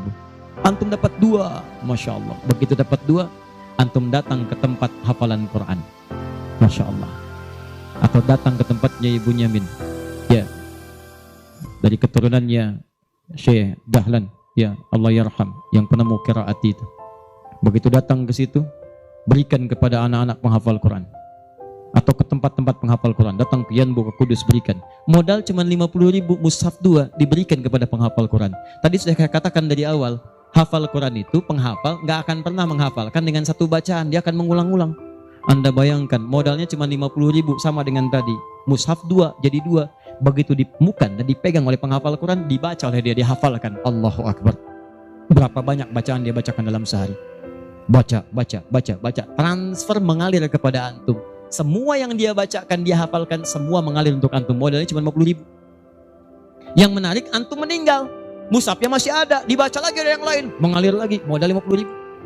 Yang menarik, mushaf dah rusak, cuman penghafal tadi udah hafal Quran 30 juz, dia punya murid lagi, jangankan punya murid, ngimamin dia dengan wasilah mushaf dari antum tadi. Begitu mengimami, pahala lagi, transfer. Yang hebat, dia punya murid 10 orang, 10 itu punya murid lagi, 10 lagi, gak habis-habis, cuma 50.000 modalnya. 50.000 rupiah mushaf. Itu yang disebut amalan cerdas. Waktu kita terbatas. Coba apa yang kita dapatkan itu yang kita cari. Itu sahabat tuh begitu. Bilal tahu uang saya nggak banyak. Nggak tahu beliau, saya nggak punya banyak uang. Idul Kurban tuh orang beli sapi. Kalau kita sekarang, mereka beli kambing. Ada yang beli unta. Oh, Bilal nggak kebeli. Tapi saya pengen intinya satu. Pengen menyampaikan sedekah karena Allah. Yang lain membeli kambing, beliau beli ayam. Bukan kurban dengan ayam. Tapi intinya bagaimana berusaha menabung untuk mendapatkan sesuatu, bersedekah karena Allah di hari itu. Dan nilainya itu luar biasa, dipuji oleh Nabi SAW. Termasuk Ibnu Abbas dibiasakan demikian, dipuji oleh Nabi. Makanya mulai teman-teman sekalian. Dan penghafal Quran gak akan pilih-pilih. Mushaf siapa tuh? Ini wakafnya Pak Haji Yunus, udah banyak pahalanya, 1 huruf aja. Oh gitu ya? Iya. Qaf. Gak ada baca. Paham ya? Nah, itu teman-teman sekalian. Dan yang terakhir, ini yang lebih hebat lagi. Ini pahalanya langsung surga. Surga. Masya Allah. Sepanjang antum beriman, beramal saleh dan meninggalkan maksiat. Apa diantaranya? Memfasilitasi orang lain yang sekiranya menghasilkan dengan ibadah itu pahala surga. Haji, umrah, kalau wafat dia dalam penunaian itu dengan benar, maka al-hajjul mabrur laisa lahul jaza illal jannah. Haji mabrur tidak ada pahala yang setimpal kecuali surga. Antum sudah luas, semua sudah haji dan sebagainya, tiba-tiba lihat orang ibadahnya bagus, belum ada kesampaian, tiba-tiba antum fasilitasi, dia haji mabrur dapat surga, antum dapat bagiannya tanpa dikurangi sedikit pun. Dan berita baiknya, haji pun disandingkan di Quran dengan umrah. Dalilnya Quran surah kedua ayat 196.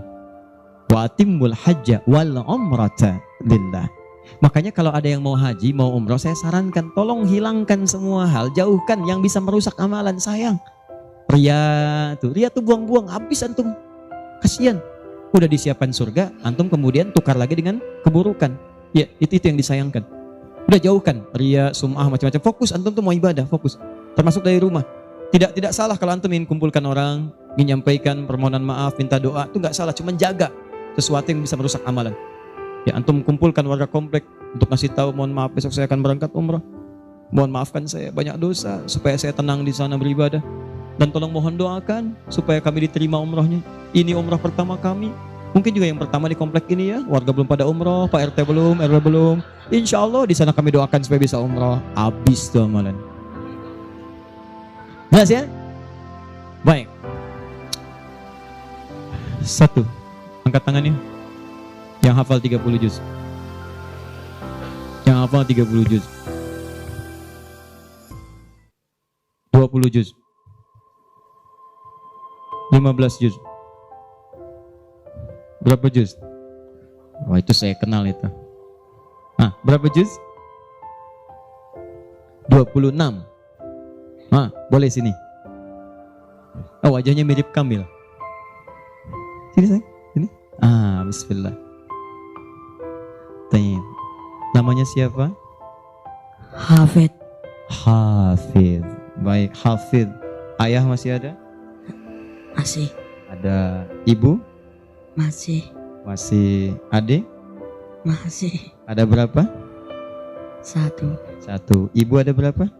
1. 1. Kan di hadis ada 3. Ibumu, ibumu, ibumu. Terus ayahmu. Jadi ibumu berapa? Wah ya, bukan begitu cara bacanya. Dia ada anak sekolah pulang dari pesantren, bapaknya ngetes, belajar hadis apa? Berbuat baik pada orang tua. Di situ disebutkan berapa kali? Ibumu. 2, ibumu. 3, ibumu. 4, ayahmu. Ibu ada berapa? 3. Ayah berapa? 1. Nah, sampaikan itu pada ibu di dapur. Wah, begitu ya Pak, datang ke dapur, ibunya lagi motong terong. Oh, begitu mau datang disampaikan, tiba-tiba ada sesuatu yang terjadi. Apa itu? Nanti lain kesempatan saya kisahkan. Hafid, 26 juz. Apa berapa juz?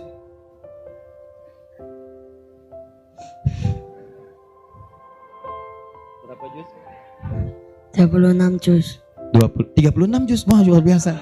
Boleh pinjam mikrofonnya? Bismillah. Ya, boleh pegang. Hafid dari depan, dari belakang. 26 dari depan, dari belakang. 2 dari belakang. Oke. 2 dari belakang. 2 dari belakang. 24 dari depan. A'udzu billahi minasy syaithanir rajim. Qad nara taqalluba wajhika fis sama'. Falan nu'minani Iya. iya. Qad nara taqalluba. Qadara taqalluba wajhika fis sama. Falan nuwalliyannaka qiblatan ardhaha. Fawalliyaka. Fawalli, ini agak ngantuk-ngantuk. Fawalli wajhaka syajral masjidil haram. Wa aizuma kuntum fawallu wujuhakum sajarah.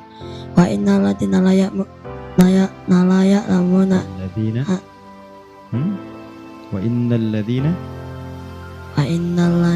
Ulangi sekali lagi dari qad nara. Jawanya dikurangi sedikit. Qad nara taqalluba wajhika fis sama'. Ayo, bismillah. Qad nara. Qad nara taqalluba wajhika fis sama'. Qaddara taqalluba wajhika fis sama falanuwalliyannaka qiblatan tardoha fawalli wajhaka satral masjidil haram wa haitsuma kuntum tawallu wujuhakum satrah wa innal ladzina la ya'lamun Innalladzina. Siapa yang mau lengkapi? Angkat tangan. Antum sini. Gak apa-apa, di sini dulu.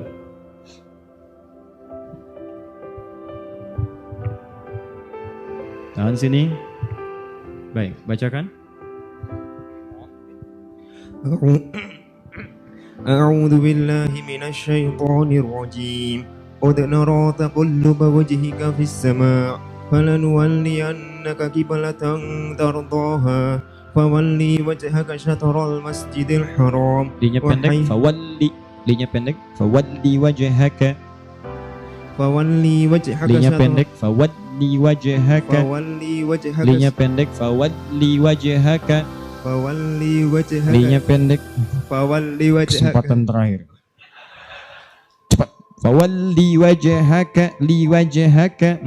فولي وجهك شطر المسجد الحرام وحيث ما كنتم فولوا وجوهكم شطره وإن الذين أوتوا الكتاب ليعلمون أنه الحق من ربهم وما الله بغافل عما يعملون وما الله بغافل عما يعملون بسم الله الرحمن الرحيم فلما فصل طالوت بالجنود فلما فصل طالوت بالجنود قال إن الله مبتليكم بالنهر مبتليكم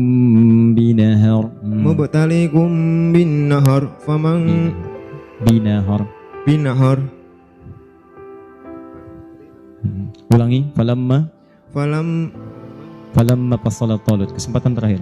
فلما فصل طالوت بالجنود قال إن الله مبتليكم بالنهر فمن شهد منكم الشهر فليصم.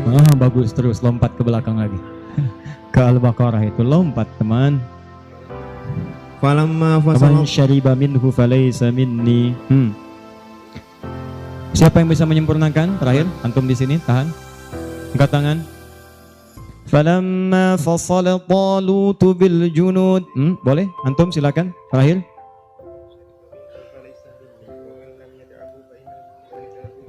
Baik. Kasihkan sebentar.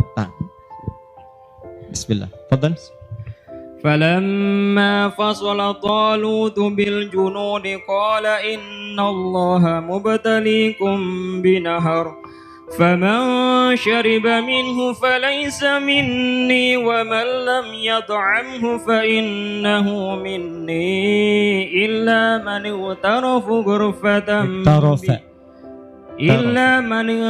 غرفة بيده فشربوا منه إلا قليلا منهم فلما جاوزه هو والذين آمنوا معه قالوا لا طاقة لنا اليوم بجالوت وجنوده قال الذين يظنون أنهم ملاقو الله كم من فئة قليلة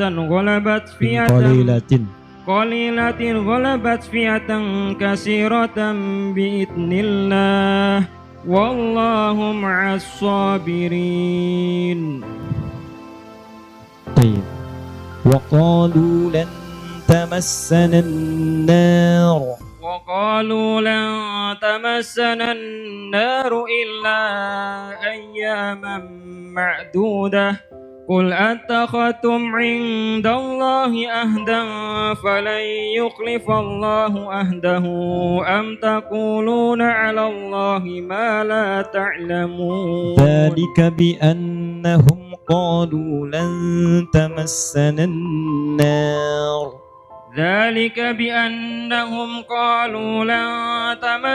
النار إلا أياما معدودات قل أتخذتم وغرهم في دينهم ما كانوا يفترون.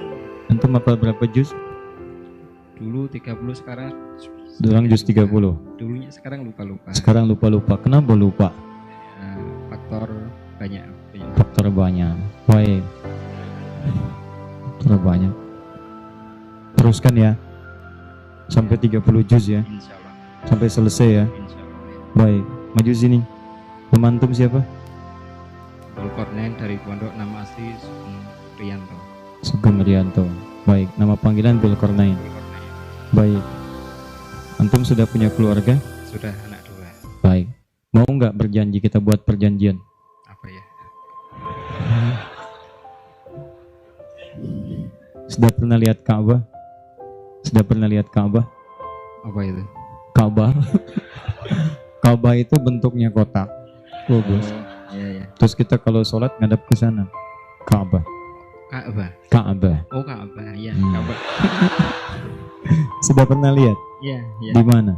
Di Mekah. Di Mekah. Sudah pernah ke Mekah? Belum. Belum. Ada minuman nggak ya? Baik. Jadi lihatnya lewat apa? Lewat TV. Lewat TV. Gimana kalau kita bikin perjanjian? bagaimana? Kita fasilitasi antum lihat Ka'bah ke sana. Pulang dari sana, antum sudah lancar 30 juz. Sepakat? Silakan. Nah. Beliau kita hadiahkan umrah. Berangkat insya Allah. Ya, untuk menunaikan ibadah umrah. Nanti lihat Ka'bah di sana. Ya. Tapi perjanjiannya antum mesti mengulang hafalan Quran langsung di depan Ka'bah dan di depan Raudhah di Masjid Nabi Sallallahu Alaihi Wasallam. Sepakat? Hafal. Mengulang karena antum sudah pernah hafal 30 juz. Minta di sana kepada Allah Ya. supaya dikuatkan hafalan Ya. dan tidak diganggu dengan pekerjaan lain yang bisa merusak hafalan. Oh ya. Sepakat? Sepakat. Yakin? Yakin. Mau tanya kawan, telepon teman? Tidak. Baik, untuk antum kita berikan hadiah umrah insyaallah. Nanti antum berangkat dan perjanjian kita dipegang. Antum sini. Berikan mic-nya. Antum mau baiknya juga ke Mekah. Nama siapa? Krishna, Krishna. Itu kalau malam atau siang? pagi siang. Siang. Ada yang siang Krishna, malamnya Krisnawati. Udah pernah seorang diperiksa. Begitu kena razia dipanggil. Kamu siapa? Dia apa? Siapa? Dia. Yang benar, nama lengkap Kurniadi. Berapa juz? 2 juz setengah. 2 juz setengah. Nyampe Cengkareng. 2 juz setengah. Dari depan, dari belakang. Dari depan. Kuliah di mana? Poltekkes Poltekkes mana? Semarang, Tulungagung. Semarang. Semester berapa? 1. 1. Berapa semester? Semester 2. Semester berapa semester? Kuliahnya berapa semester? 4 tahun. 8 semester. 8 semester. Sudah 2. Tinggal 6 lagi. Iya. Baik. Berapa biayanya 1 semester? 6,5. 6,5. Kami tanggung biayanya, tapi dengan perjanjian mesti menghafal Quran sampai selesai. Jangan ketawa. Siap? Siap insyaallah. Siap. Jadi kalau tinggal 6 berarti 1 semester 5 juz. Siap? Siap insyaallah. Siap. Mudah insyaallah. Bisa. Siap? Siap. Kalau antum lulus 30 juz, 1 dari situ tambahan lagi umrah. Siap insyaallah. Siap? Siap insyaallah. Yakin? Yakin. Disaksikan nih. Baik ya? Nah, satu. Hafid, sekolah di mana? PTYKA Di mana itu? Kudus Kerandon Kudus. Di Kudus. Kelas berapa? 5 Kelas 5. Mau berapa juz menghafal Quran? Mau berapa juz menghafalnya? 31 apa 32? 30 juz 30 juz saja. Baik. Rencananya kalau sudah menghafal untuk apa menghafal Quran? dilancarkan dan membetulkan tajwidnya Lancarkan membetulkan tajwid. Kenapa mau menghafal Quran? agar bisa mencapai keluarganya Agar bisa mencapai keluarga mensyafaati keluarga. Baik. Insya Allah ya. Mudah-mudahan dia kabulkan. Hafid mau apa? Kalau ditanya mau apa, kira-kira mau minta apa? Jangan dengarkan bisikan yang tidak jelas. Alladzi yuwaswisu fi sudurin nas. Itu minal jinnati wan nas. Mau minta apa? tinggal setahun lagi selesai. Selesaikan ya, setahun lagi Pak. Sisanya nanti kami yang tanggung ya biayanya. Kalau sudah 30 juz, insya Allah nanti boleh dapat hadiah umrah. Ya, siap? Siap. Baik ya, insya Allah ya. Baik teman-teman, saya kira silakan bisa kembali ke alamnya masing-masing, tempatnya masing-masing. Saya kira ini pertemuan kita di malam hari ini. Semoga Allah memberikan kemuliaan pada kita semua. Saya mau infokan beberapa informasi. Pertama, insya Allah seperti tadi janji saya, 46 komunitas yang telah bergabung, kami akan hadiahkan sebagai tanda perkenalan sebanyak 4.600 mushaf. Masing-masing komunitas mendapatkan 100 mushaf insya Allah, atau sesuai dengan jumlah komunitasnya. Nanti kami kirimkan setiba di Bekasi, kami koordinasi langsung kami kirimkan. Yang kedua, saya minta untuk berjanji di hadapan Allah Subhanahu wa Ta'ala supaya bisa merubah lebih baik daripada hari-hari sebelumnya. Siap insya Allah? Baik. Yang ketiga, ini penting, nanti insya Allah kita ada kelas-kelas Quran dan yang lainnya.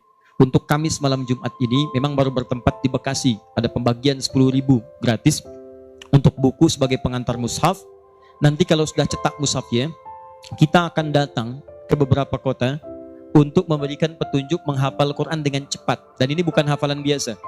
Jadi kalau sekarang orang menghafal 30 juz seperti tadi disebutkan, tapi yang kami tawarkan itu menghafal Quran dan Qurannya jadi pedoman dalam diri kita. Jadi ketika Anda melihat ayat-ayat Quran tentang penglihatan, membimbing melihat kita, ini yang harus dilihat, ini tidak. Kalau Anda berjalan, ayat-ayat kaki itu masuk kemudian membimbing kita, ini berjalan begini, yang ini tinggalkan. Nanti insya Allah saya berikan kisi-kisinya ya. Nah, itu nanti kurang lebih bulan depan lah kita kemudian adakan itu. Mudah-mudahan sudah selesai mushafnya, nanti tunggu informasinya. Insya Allah Allah pertemukan kita kembali dalam kebaikan. Terakhir, saya punya satu permintaan, boleh? Satu ini saja. Mohon dalam setiap sujud antum, baik tahajud atau sholat atau yang lain, saya cuma minta mohon doakan kepada Allah agar Allah mengampuni dosa-dosa saya dan keluarga. Itu saja. Saya tidak minta banyak, semoga Allah muliakan antum semua. Dan yang lainnya, nanti barangkali panitia menyampaikan ada door prize, entah apa itu namanya, wallahu a'lam. Semoga yang terbaik untuk antum seluruhnya. Demikian, subhanakallahumma bihamdika, asyhadu an la ilaha illa anta astaghfiruka wa atubu ilaik. Allahumma rabbana taqabbal minna innaka antas samiul alim. وتب علينا إنك أنت التواب الرحيم ربنا لا تدع لنا في مقامنا هذا وفي كل مقام ذنبا إلا غفرته ولا هما إلا فرجته ولا دينا إلا قضيته ولا مريضا إلا شفيته ولا حاجة من حوائج الدنيا والآخرة فيها لك رضا وفيها لنا الصلاة إلا قضيتها يا أرحم الراحمين اللهم ربنا آتنا في الدنيا حسنة في الآخرة حسنة وقنا عذاب النار فضلك سبحان ربك رب العزة عما يصفون والسلام على المرسلين وآخر دعوانا أن الحمد لله رب العالمين. السلام عليكم ورحمة الله وبركاته.